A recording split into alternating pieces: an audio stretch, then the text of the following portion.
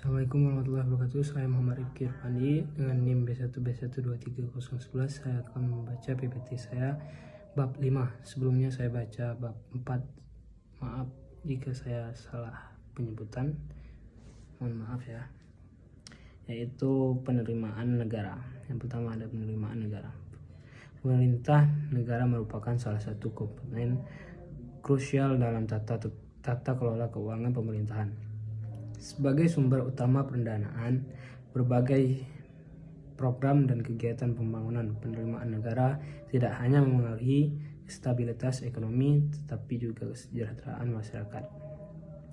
Selanjutnya ada sumber-sumber penerimaan negara. Ada 9 macam, yaitu yang pertama pajak, yang kedua retribusi, yang ketiga keuntungan dan perusahaan negara, yang keempat denda dan perampasan yang dilakukan oleh pemerintah, yang kelima sumbangan masyarakat untuk jasa-jasa yang diberikan oleh negara seperti pembayaran biaya perizinan lisensi, yang keenam pencetakan uang kertas, yang ketujuh hasil dari undian negara, yang ke-8 pinjaman atau utang negara, yang ke-9 hadiah.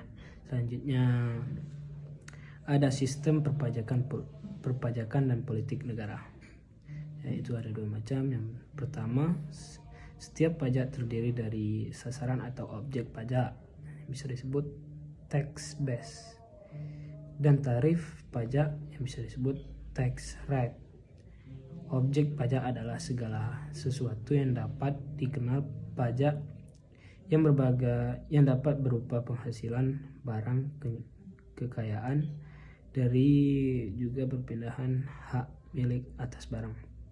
Yang kedua ada dengan membandingkan antara beban pajak dari setiap macam pajak dengan keseluruhan jumlah penghasilan ditambah dengan nilai seluruh kekayaan setelah dikurangi dengan kebutuhan pokok atau esensial dari seorang wajib pajak.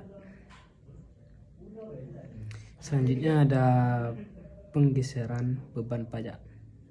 Yang pertama ada pajak-pajak yang bebannya dapat disegerakan, biasanya adalah pajak penjualan, cukai, pajak pertambahan nilai dan sebagainya.